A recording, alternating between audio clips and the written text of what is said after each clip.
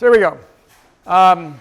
Some basic facts. It's a personal letter. It was a personal letter from Paul to a young disciple. We don't know how old Timothy was, but he may have just been about your age. Most likely he was about your age, late teens, early 20s.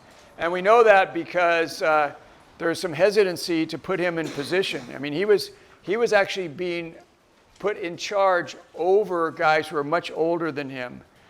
We don't know if he had a family, was married or anything. Doesn't sound like it from what we understand. We know he traveled extensively with Paul in a number of missionary journeys. So then he was left behind in Ephesus, and he didn't want to be. You can tell from the scriptures he didn't want to be stuck there. Paul said, "No, you need to stay here." You can probably hear him going, "Well, I want to go with you." No, but you need to stay here. So he was told by Paul to stick behind in Ephesus to deal with some of the situations, okay? We know that he was young. We know that he was half Jewish. He had a devout mother and grandmother. His father was a pagan, but in Jewish standards, because his father was a pagan, the father would not have allowed him to be circumcised, and the father also because the father was not Jewish, he would have been considered by pure Jews as being pretty much unclean, okay? Because the way they looked at it, you had to be Jewish on both sides, otherwise you were a half-breed of some kind. And so if the church in Jerusalem had been in existence, which by then it was already being torn apart by the revolt to Rome, he would have not been allowed to go in there because he would have to go to the court of the Gentiles. So he was only half Jewish, but he volunteered to be circumcised in maturity, okay, in order to make it easier to be accepted by the Jews that he was seeking to reach for Christ as he went with Paul to his missionary journeys. As you know, Paul, his first stop, any city they went to was synagogue, right? He was going to people he wasn't going first and foremost to people who believed in plurality of gods and had all the different kinds of religions and all the Roman temples and stuff like that.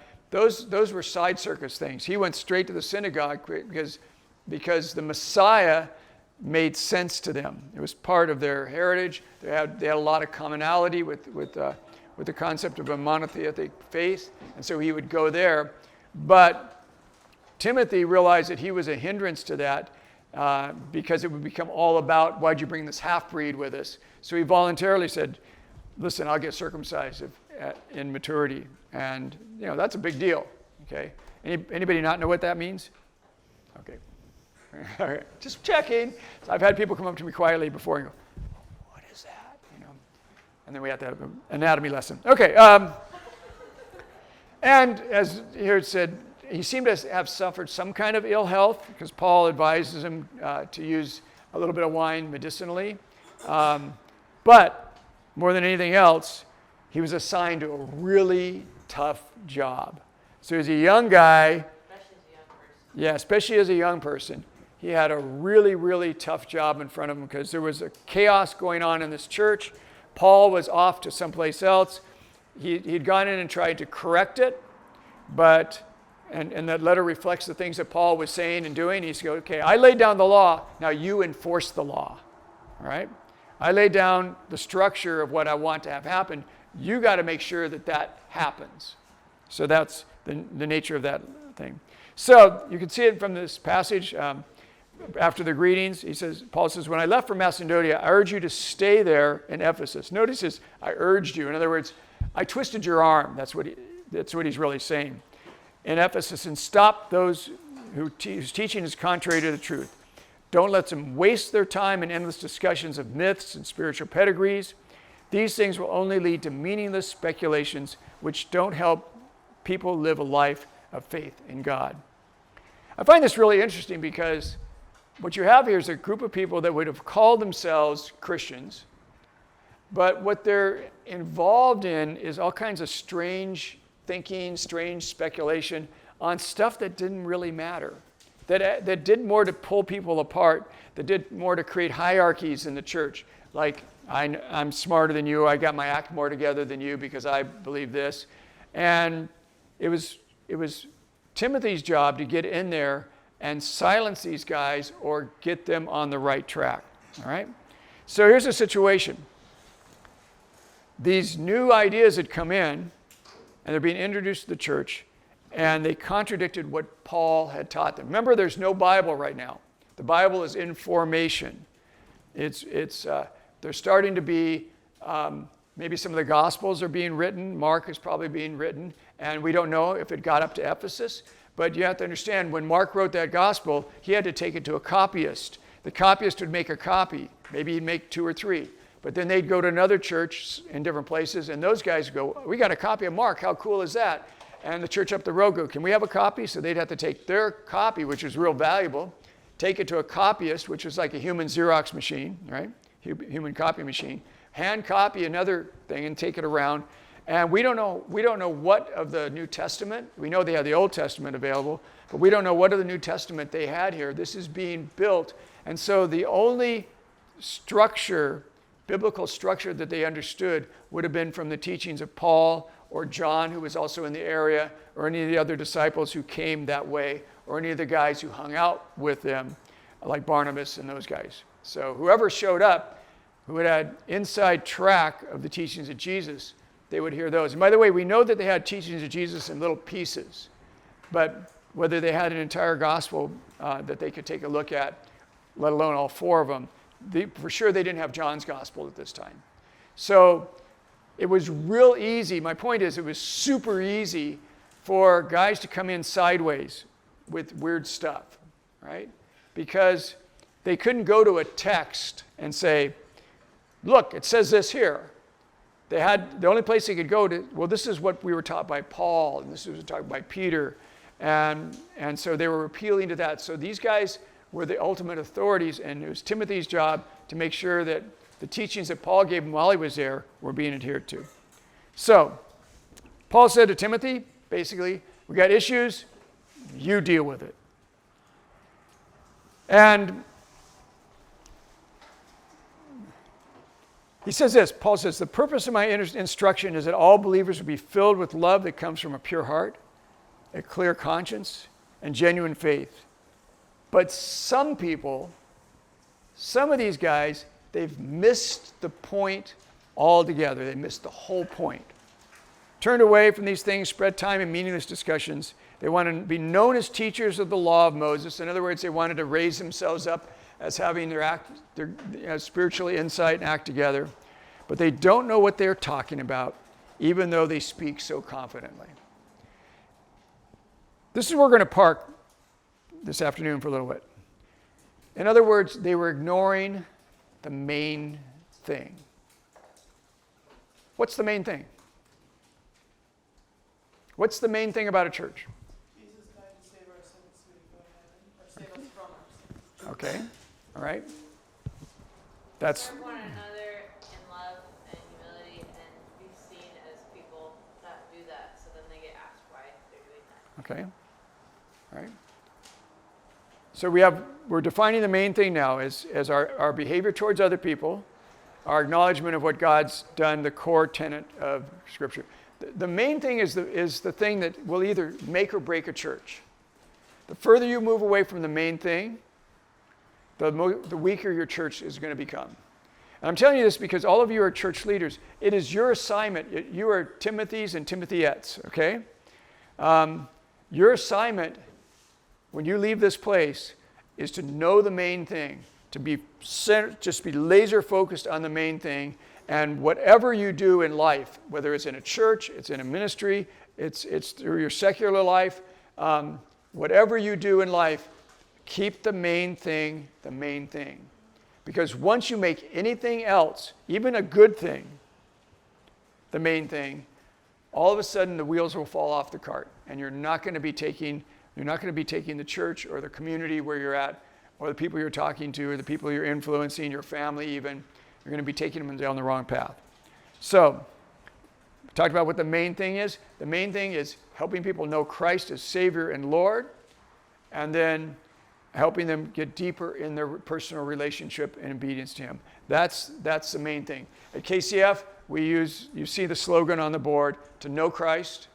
That's our personal thing. To have an intimate personal relationship with Him where He begins to live through us, and to make that known to other people. So we have evangelism about who Christ is, and we have our own personal lifestyle that flows out in how we behave to other people. That's the main thing, okay? And evangelism is the first thing to go when the church stops focusing on the main thing. So right now, I got invited to go to a Zoom conference with a bunch of churches, and they were talking about social justice. Is social justice the main thing? It's not the main thing. You know, how much time do I want to spend? Should we have justice? Yeah. Justice is a great thing, but how much time do I want the church to be about social justice? Wouldn't it be better for social justice to be a byproduct of the main thing rather than the thing that we focus on? And there's a lot of churches that are kind of moving because our culture is creating social justice issues as big deals. So a lot of churches are following culture, and by doing that, when they do that, they lose their ability to do evangelism, okay? So many churches are involved in meaningless discussions. Many Christians involve themselves in all kinds of meaningless discussions. Give me some examples. Revelation, okay? You can spend an inordinate amount of time deciding pre-trib, post-trib, mid-trib, you know? I mean, you can have fights about it. I mean, I've seen people getting big arguments with each other about it. How profitable is that? Anything else? Any other meaningless discussion? Predestination. Okay. Are you chosen or did you choose? You know? Churches have divided on that. There are churches that's the litmus test of whether you can be part of them. How you think about that. Okay? What your opinion is about that. Now, it's not bad to have an opinion about it, but it's not the main thing. Okay? It's not the main thing at all. Any other ones? Meaningless. Huh? Okay, old earth versus new earth. Yeah, it's an interesting point, but it's not a salvation issue. It's good to understand the different vantage points, but it's not a salvation issue that you want to spend. I don't want to go to church and spend weeks and weeks and weeks arguing about something like that. Spiritual gifts. Yeah, and what those things look like. It's not the main thing. And Who should run the church and how? okay, who should run the church and how? Right? All those things, now are those things stuff we need to talk about? Yeah, we can talk about them. But once they become the main thing, we're really in trouble. So when you think of this denomination on the list or a church, what feels like is their main thing? Now, you might be wrong, okay? So this is just your first impression, and we might have a bunch of different ones. But when I'm going to throw up some denominational names up here. When you think of them, what is your first impression of what feels like the main thing to them? They meet on the seventh day. Where'd you get that from? Okay. And you guys know any Seventh-day Adventists? Okay. All right. When you meet a Seventh-day Adventist and they find out you're a Christian, what's the first thing that they want to talk to you about? Huh? Yeah. Do you keep the Sabbath? Right there, boom. That's right where they go. Okay. I went my first and only trip to Israel. I was with a kid, high school kid. He'd been into drugs. He was from a real wealthy family. Stop me if I told you the story. But he's from a real wealthy family, and he got radically saved. And his parents were flipping out because they were sweating out with this kid. He was a high school senior, and one day they came home and he's looking through a travel book, and they go, "Oh, so do you want to travel someplace?" He goes, "Yeah, I'm thinking I'd like to go traveling." And he goes, "Well, where would you like to go?" And he goes, "I'd like to go to Israel." These weren't Christian parents. And he goes, "Israel?" "Yeah." He goes, "I want to see where Jesus walked. I've been learning all about Jesus." And they go, "Well, who do you want to go with?" And he goes, "Rick." Next thing you know, I got a call from these parents. I was 25. I got a call from these parents, and they go, "You want a free trip to Israel with our son?" So sure, so signed up. And we jumped in on a tour. Everybody on the tour was a Seventh-day Adventist. They spent the entire, every time we're together at meals or on the bus, what do you think they wanted to talk to me about? Huh? The Sabbath, And they couldn't get it that I didn't care whether it was Saturday or Sunday. They couldn't get it because that was the main thing, right? And because it was the main thing, it really harms their ability to spread the gospel. Now, I know many of them are evangelical, but when your first impression is that's the same thing, you're probably not advancing the gospel the way you should. How about Bethel Church in Reading? When you think about that, what's the main thing? Feelings? Okay, feelings. Some of you could say music. I was going to say worship. Yeah, worship. Showmanship. Huh? Showmanship. Showmanship. Okay. You okay. Some people might say, most people would say signs and wonders. That's their thing, is signs and wonders. Are signs and wonders, or even music, is that ever the main thing? No, it's not. It's not the main thing. It's a sideshow, for the main thing. And when that's what you're known for, if that's when you hear somebody, if that's what you're known for, and it's not evangelism, it's something that's basically something else, then you probably got things wrong. Tradition. Mary being the virgin. Confession. Rules. And you guys raised Catholic? Okay. Yeah. May not be fair to Catholics to say that, because I don't know if Catholics would say that, but Protestants would look at what Catholics do and what they are about and say tradition, rules, that kind of stuff. And it's not that you can't find the main thing in the Catholic Church or the Seventh-day Adventist Church or Bethel. You just have to dig for it. It's not up on the surface, right? Okay. You Southerners know who these are? You know anything distinctive about Church of Christ comes to your mind? Evangelism? Okay.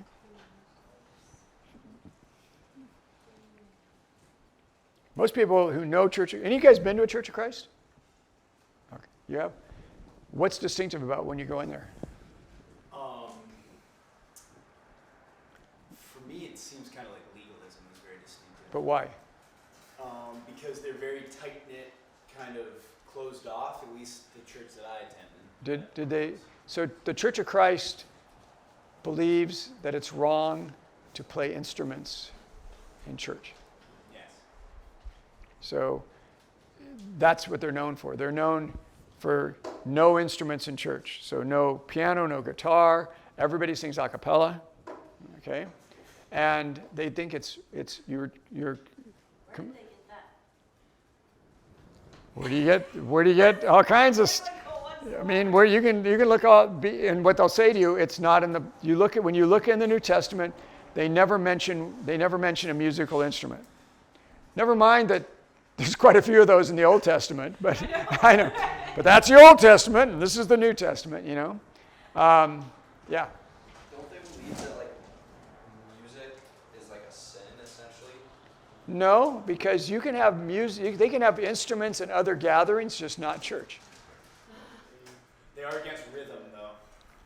No, not even that. I mean, by the way, I will say this, just to give them credit. I've never heard better vocals than in a Church of Christ. Because at the time they're little, they learn how to sing in harmony, and I mean, it's super beautiful, But the legalism behind it is what they're known for. So you say Church of Christ, yeah.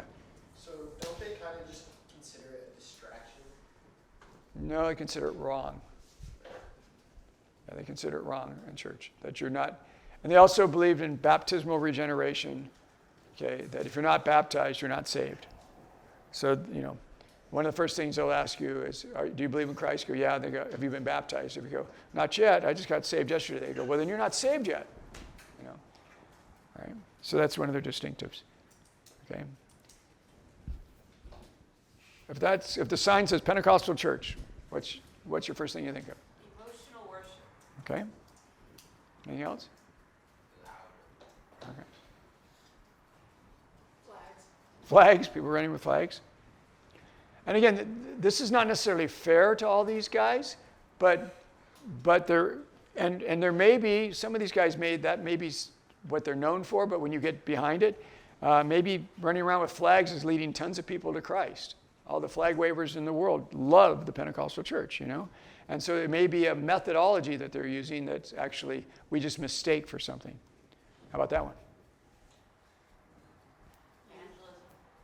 Yeah, youth. A lot of people go youth, You want to know what we used to be known as? It's pretty hilarious. No. The tent church? No. And Kyler would know this because he was actually sitting where you're sitting when this was going on. Across the street, there's a bunch of empty land. There still is, right over there, right directly across the street. And we had the island suddenly had all these seed guys coming from. They were farmers from the Midwest, and they were coming to plant corn all over the island. It was a big deal. They're not here anymore because the anti-GMO people ran them off.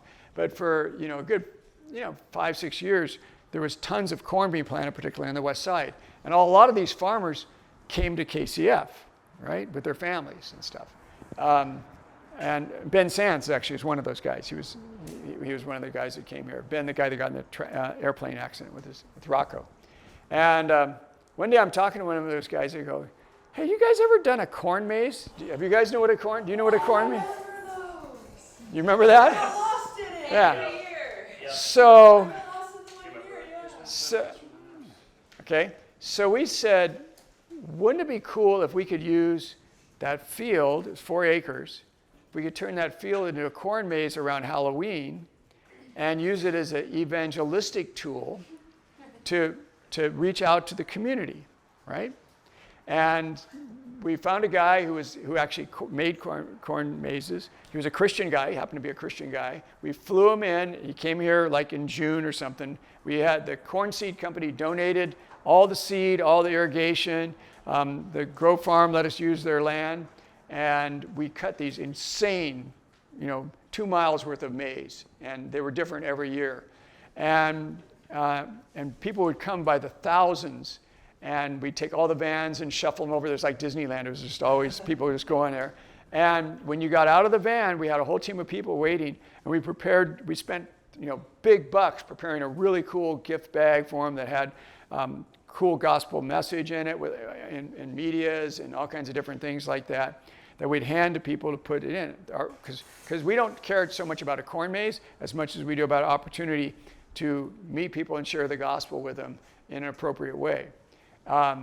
So for years, in fact, for years after the GMO guys left, I would meet people and they go, "So what church is it?" And I go, "Well, the one on the bypass, And they go, "The Corn Maze Church." That's what we're known as, the Corn Maze Church.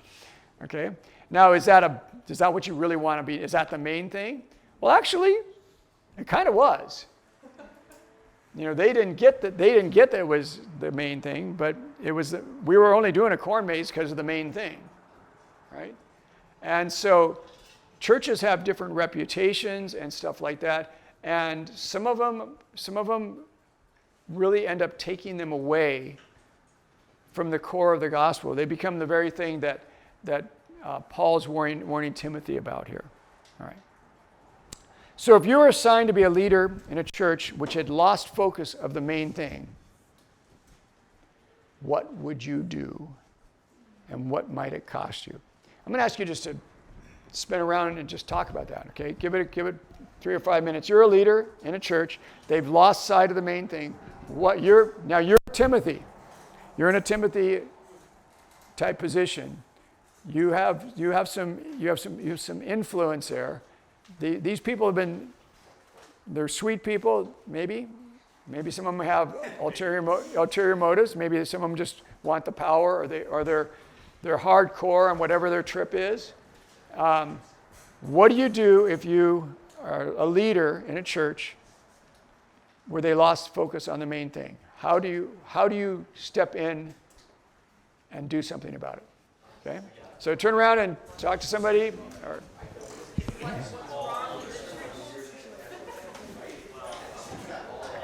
What might it cost you?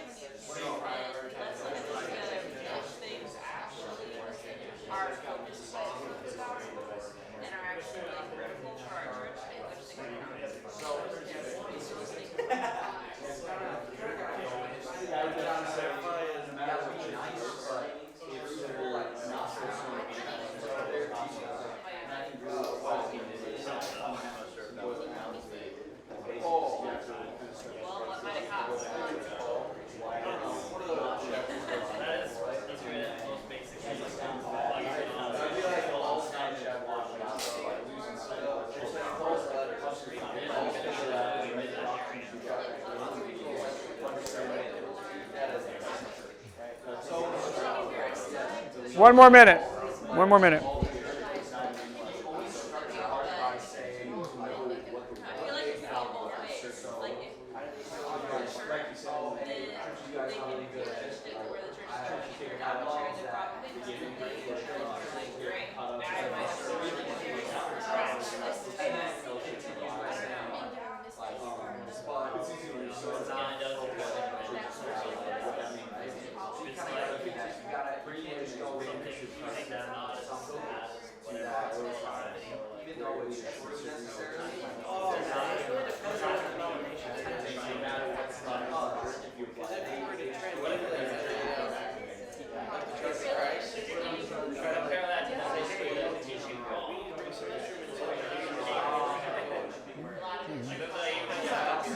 They'd boot you probably.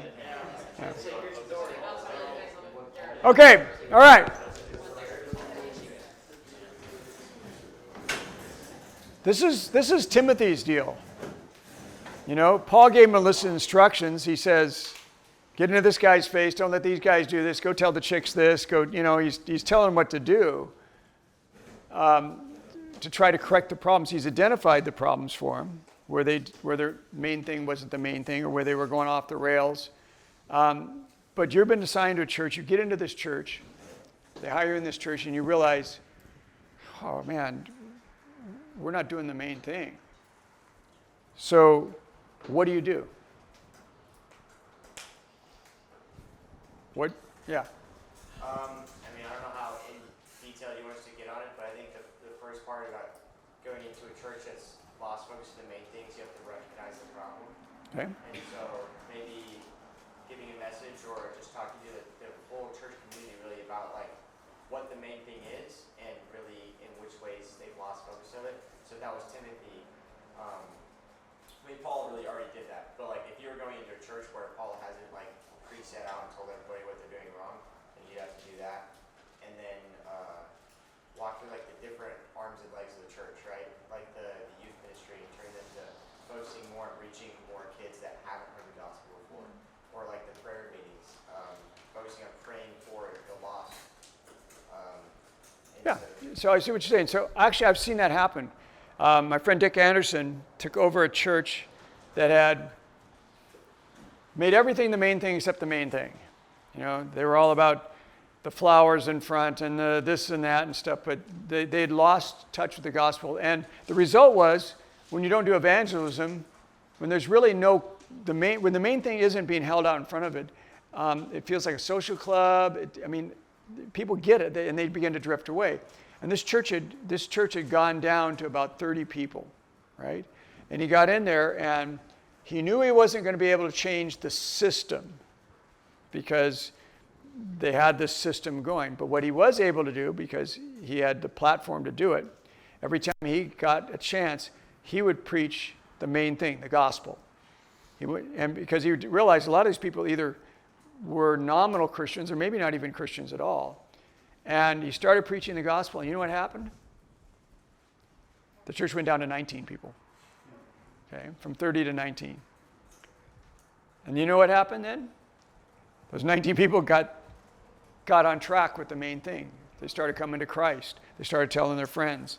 And when they hired me on as a youth pastor, they had hundreds and hundreds and hundreds of people coming from a church that had totally gone off the rails and finally figured out what the main thing was.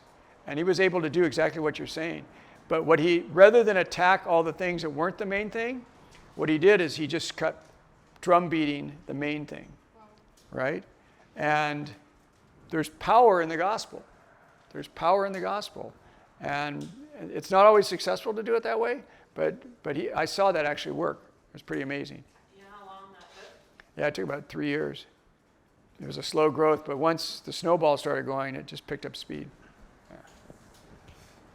Any other ways? Any other thoughts?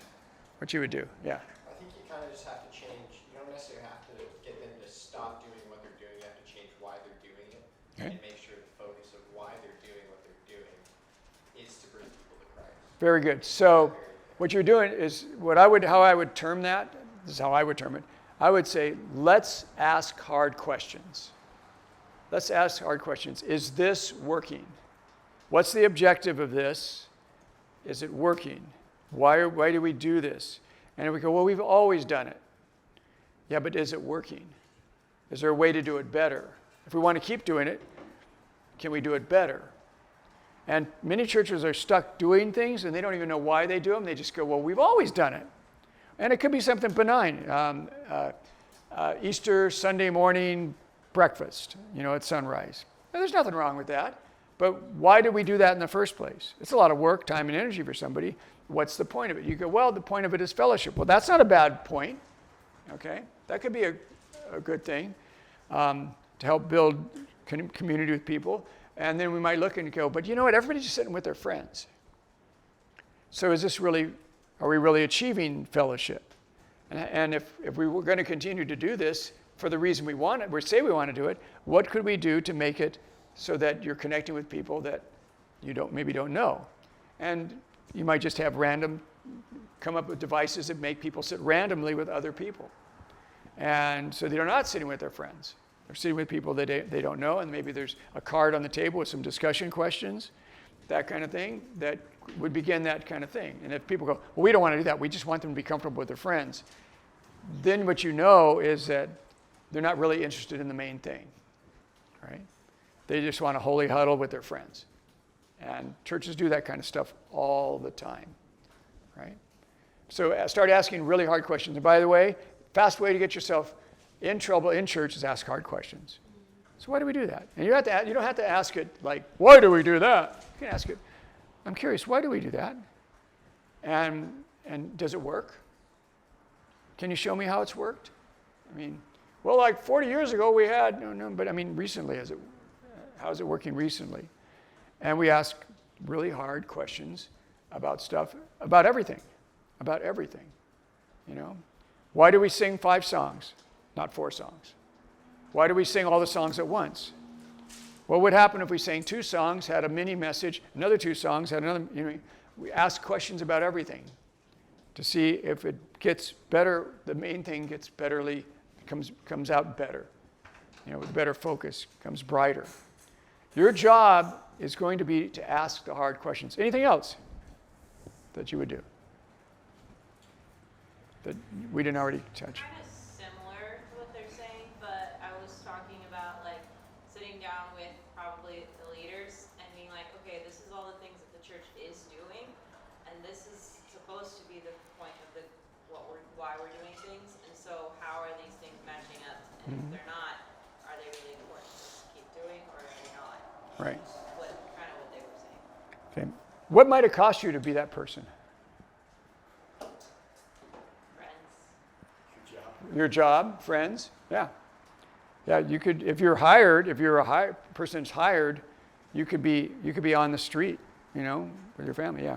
I think it'd be hard for you to gain respect of people in the church board if you come in and tell them they're doing things wrong. Yeah, you could be seen as a troublemaker, right? Honestly, we had someone come in from our denomination with like a checklist, and made my brother, the worship leader, sweat every Sunday because he had a checklist that and he observed this for a couple months for the denomination, and it was like, why? Like, Better for somebody from the inside. When you're part of something, it's easier to criticize or to ask questions when you're part of something than if you're some guy assigned to the outside. Whenever pastors come to our church, and they go, and I meet them I don't know if you know any of you guys notice what I do on Sunday mornings? Yeah, but where do I greet people? by the door. Nope. Up front. Nope. If you watch me on Sunday mornings, I'm there early, and I'm inside the church, and I'm moving from row to row to row, meeting new people, right? Dane's on the outside.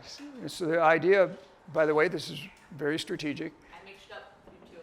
Huh? I said I mixed you two up. Yeah. You told us this. Yeah. So Dane's outside greeting people. I'm on the inside greeting people and stuff like that. When I meet pastors, I often will go, "Would you like a scorecard?" Or what? Yeah, you get to rate. You get to hold up and rate the speaker this morning.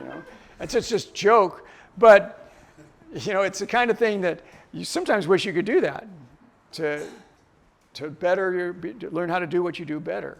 Did we communicate this better? And we have to be willing to ask the hard questions of ourselves and of our crew. But it helps if you're in the community rather than from outside the community. Outside you can judge everything. So, any other thoughts? What am I costing? Yeah.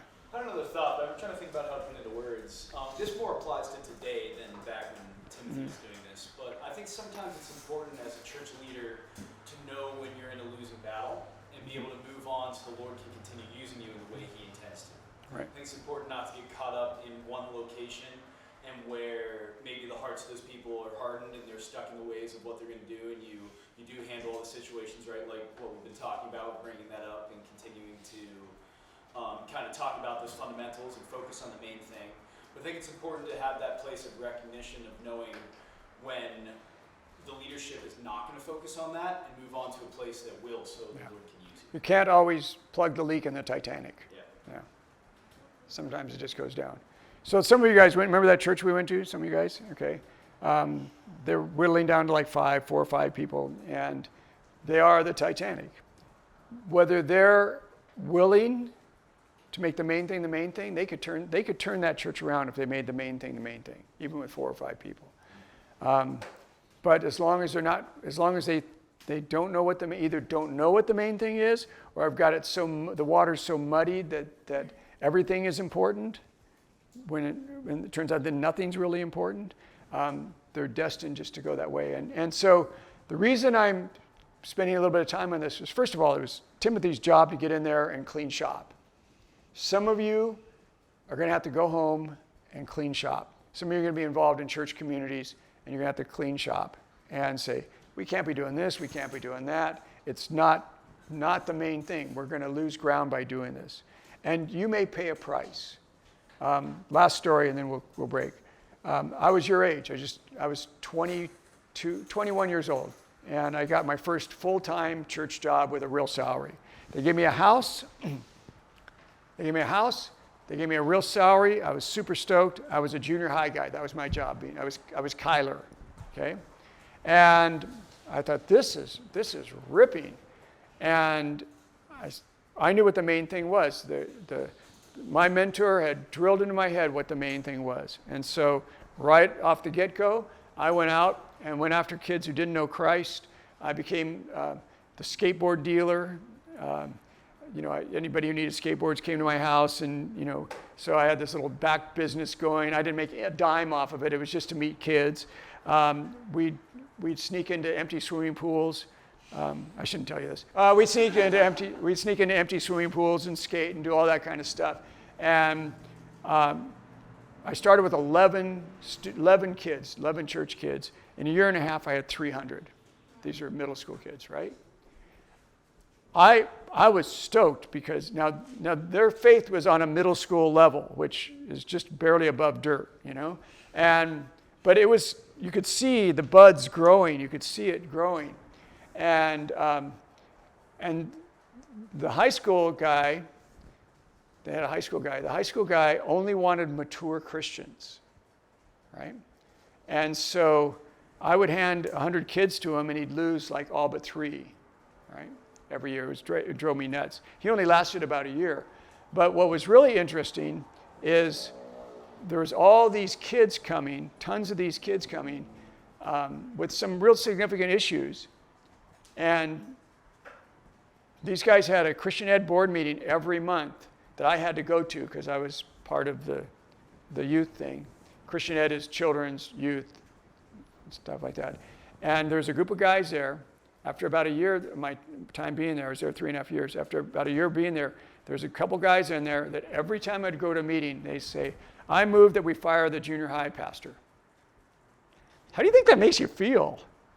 And the other guy would go, I second it. And then they'd vote it down every single month for like the next 2 years.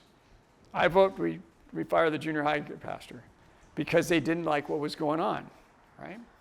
It can cost you something. When I left that church and got hired on the church I was telling you about, where Hugh Ross was and this pastor that had built it from 19 people up, I was like a guy who was like gun shy, because I was always afraid I was going to get in trouble again for something like that. And instead, I got into a place where they started going, yeah, the main thing, yeah, the main thing. Whoa, okay, we're speaking the same language now. And it can cost you something. I mean, it took me a year or two to kind of come out of my shell and begin to tell them what I was actually doing, because I was afraid I was going to get in trouble, like I was getting in trouble before, yeah. I have a question. So, say you're not assigned to be a leader, but you're a part of your church, and you notice something's going awry or not focused on the main thing. Speak up. And you're a young woman in a council of men, or the leaders of the church. How would you even approach that? How would you? I would pick the person who was most receptive and say, can we have a conversation? And see how they respond and say, I'd really appreciate this if you would bring this to the rest of the team. That's how I would do it. Kind of work that way. Because Say that goes nowhere. then you can ask if you could come and talk to the team. And again, rather than point fingers at them, ask them questions. Could you explain to me? Can you quantify? Can you know what I mean? Which will make them absolutely crazy. But if you're just asking real, genuine questions, guys, they'll think about that. Because everybody in leadership wants to be successful. They don't always know what that is. And again, because they haven't defined what the main thing is, they've got all these controversies and other little side circus things going. All right, so we're gonna continue this over the next course of months here as we kind of walk with Timothy through this kind of gnarly stuff. We're going to get into some of the stuff that he got into, the stuff that the church was struggling with. That, by the way, churches even today still struggle with. But I want you to know that Timothy's your friend. He's your peer. The stuff that he is dealing with was not just first century church stuff. It's got replicates that are running around in churches all over the place, maybe in your home church. And if we're not careful, those things will grow in any kind of community that we're in, and we find ourselves all about something that doesn't really matter all that much. All right? Any questions? Any thoughts? Yeah. Isn't this Paul talking to Timothy when he says, "Don't let anyone look down on you because you're young, but set an example for the believers in life, Right. purity Right. and love." I believe that's 2 Timothy. He's telling him that. But yeah, he says, because they got a bunch of old guys, and he's got to get in their grill, and that's not always welcomed. So.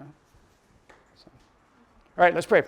Father, just thank you for Timothy. Just thank you for a guy who didn't really want to be there, but knew you wanted him to be. Just thank you for the fact that he stood up in a conflict that wasn't his own, but he took it on because he cared about you. May these young Timothys in this room be willing to stand in their churches and say, why are we doing what we're doing? Is this really the main thing? We'd ask this in Jesus' name. Amen. Thanks, guys.